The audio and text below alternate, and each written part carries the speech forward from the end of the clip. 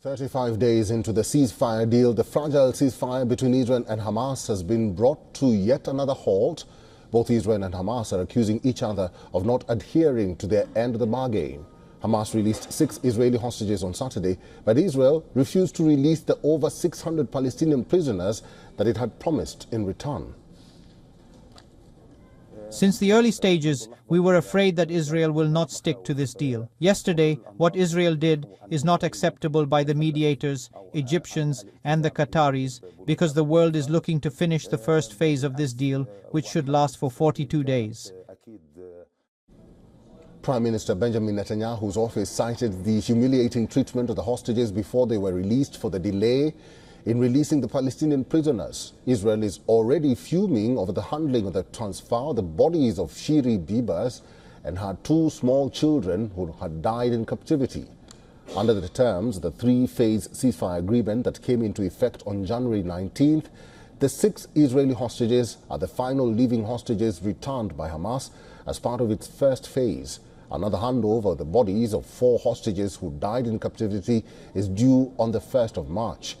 The ceasefire has brought a pause in the fighting, but prospects of a definitive end to the war remains unclear as negotiations on the terms of the second phase of the ceasefire and hostage release deal are yet to begin.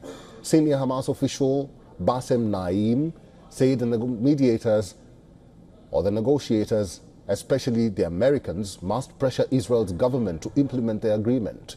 White House Special Envoy Steve Witkoff said he will be in the region on Wednesday and will work to get an extension of Phase 1 of the hostage release ceasefire deal. Witkoff also said U.S. expects second stage of the deal to take place and will continue participating in talks between Israel and Hamas.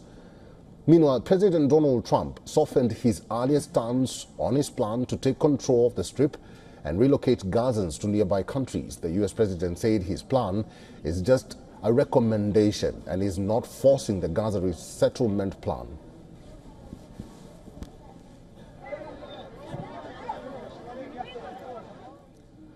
James J. Marlow is a West Asia analyst. He's now joining us live from London. Good to see you, Mr. Marlow, and welcome. If both sides, that is Israel and Hamas, continue to breach part of the first phase of the ceasefire agreement by delaying the release of prisoners or even hostages, doesn't that put the remaining 2 most crucial stages, the second and the third, in jeopardy? Well, it's nice to see you as well, Eric. We are at a stage right now whereby the phase 1 is almost complete. But as you said, Israel has repeatedly said that the way that the hostages who are being released, who are being paraded on the stage, who are being walked 20 minutes, 30 minutes, sometimes more, being pushed, being jeered, being shouted at by those crowds. And they're literally, you can see them, there's hundreds and hundreds. There are families who come out, they bring their children, they bring their babies. And I think from Israel's point of view, it actually finally went over the red line when the babies who were brought on stage, this is of course Ariel and Kafir, who weren't just killed in Gaza, that the forensic team actually says that they were strangled to death just a few weeks after that they were captured, where they were seen taken alive into Gaza. A few weeks, that's sometime in November 2023. And of course, the mother, Shiri, was returned, but it wasn't her, it was somebody else. Now, Hamas said, well, we don't really understand what the all fuss was about. We'll sort out the bodies and we'll send another one. But from Israel's point of view, I mean, they took 251 hostages.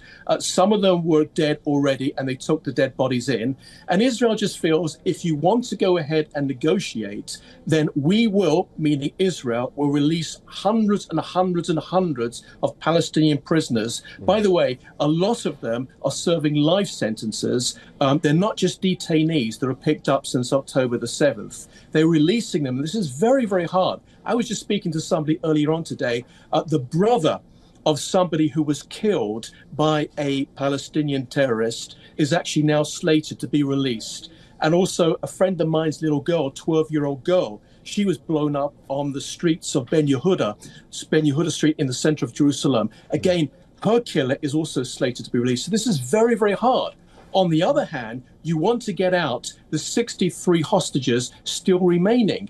But if Hamas is going to continue to parade these people on stage, including dead bodies, and you've got celebratory music going on, you've got young kids cheering at the dead bodies, even the babies, then Israel says, it's enough. We cannot continue like this. We're going to look at other ways to continue this. All right, Mr. Malo, let me ask you this. Who will break ground here and put both Israel and Hamas in line and make them adhere to the set goals of the agreements and quit playing hanky-panky with a fragile deal? And I'm talking about both. Don't specify on one. Both. Well, from Israel's point of view, it's not really hunky-punky. It's literally life or death. Many of those hostages who were taken, many of them were civilians. They were taken and they were taken alive. Some of them were taken dead. They've been there for 504 days. And we know from the hostages that have already come out that they've been hung up from their feet. They've been beaten. They've been starved. 2 or 3 days without any water. This is very, very hard for a lot of the people and a lot of the supporters of Israel around the world. From the Palestinian point of view, again, they're looking to get out prisoners who have been convicted. Not all of them. Some of them are actually detainees who are waiting for trial, but they're looking to get those out. And as I mentioned to you, some of them are serving life sentences. To answer your question, who will put this right? Well, the Americans will probably step in. Now, Ron Dermer, who is the Minister of Strategic Affairs, went off back to Washington on Thursday. He spoke with his American counterpart, people from President Trump's team as well. Now, President Trump, as you know, has given a green light to Israel to do what they need to do anything to get out the hostages. Okay.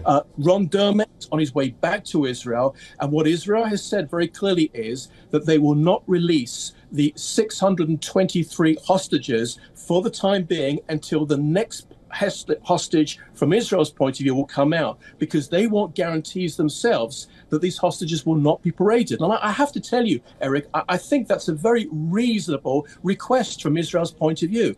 Hamas are doing this because they're showing they're in power, they're in force, and that they can take on Israel again. And Israel has said that they will not allow Hamas to stay in power. How this unfolds, we'll have to see in the coming weeks. Mr. Marlow, we are out of time. Thank you very much for your insights and for talking to us today. For all the latest news, download the WION app and subscribe to our YouTube channel.